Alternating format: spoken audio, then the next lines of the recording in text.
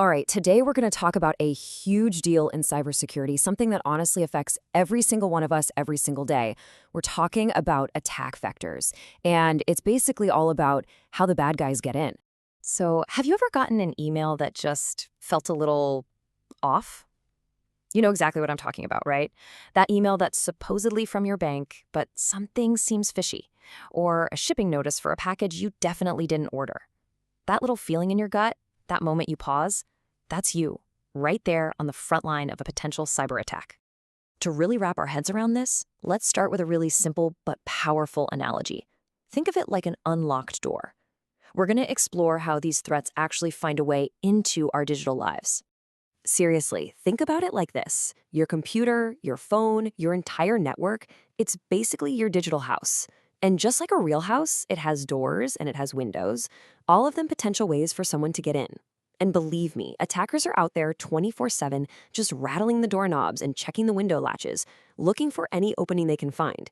And each one of those openings, well, it has a name. And that's where we get to the official term. Let's put a name to these unlocked doors. In the world of cybersecurity, we call the path an attacker takes an attack vector. Okay, so here's the definition. An attack vector is the path or means an attacker uses to get access to a computer or network to, do some damage. Now, this is a really important distinction. An attack vector isn't the attack itself. Nope. It's the path the attack takes. It's all about the how. It's the specific road they travel to get to you, whether that road is a shady email, a hacked website, or even something physical. So let's break that down.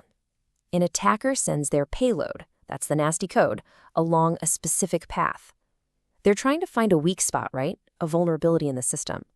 But here's the kicker. A lot of the time, the biggest vulnerability isn't some complex piece of code.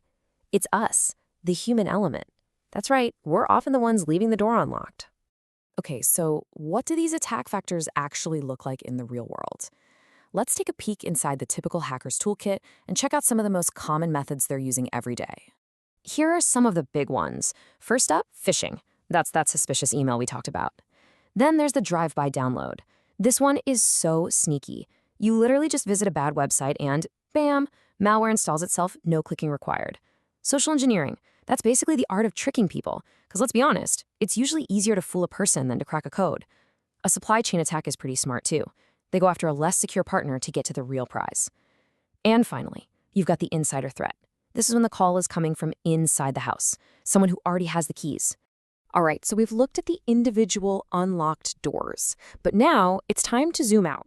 Let's stop looking at just one door and start looking at the entire property. And that brings us to a new concept, the attack surface. The idea is actually pretty simple. Every single one of those potential ways in we just talked about, every email account, every app, every connected device, they all add up to create your total attack surface. And the logic here is super straightforward. Step 1, the more attack vectors you have. Step 2, the larger your attack surface becomes.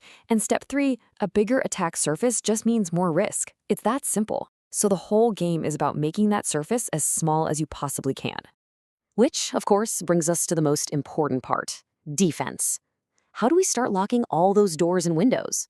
Well, it all comes down to a shift in thinking. It's about being proactive, not reactive. You have to close the gaps before anyone has a chance to use them. Yeah, this quote really says it all. The fundamental job of cybersecurity isn't just about responding to attacks. It's about systematically finding every potential vector and securing it. It is all about proactive prevention. So here's the bottom line, the main takeaway from all of this.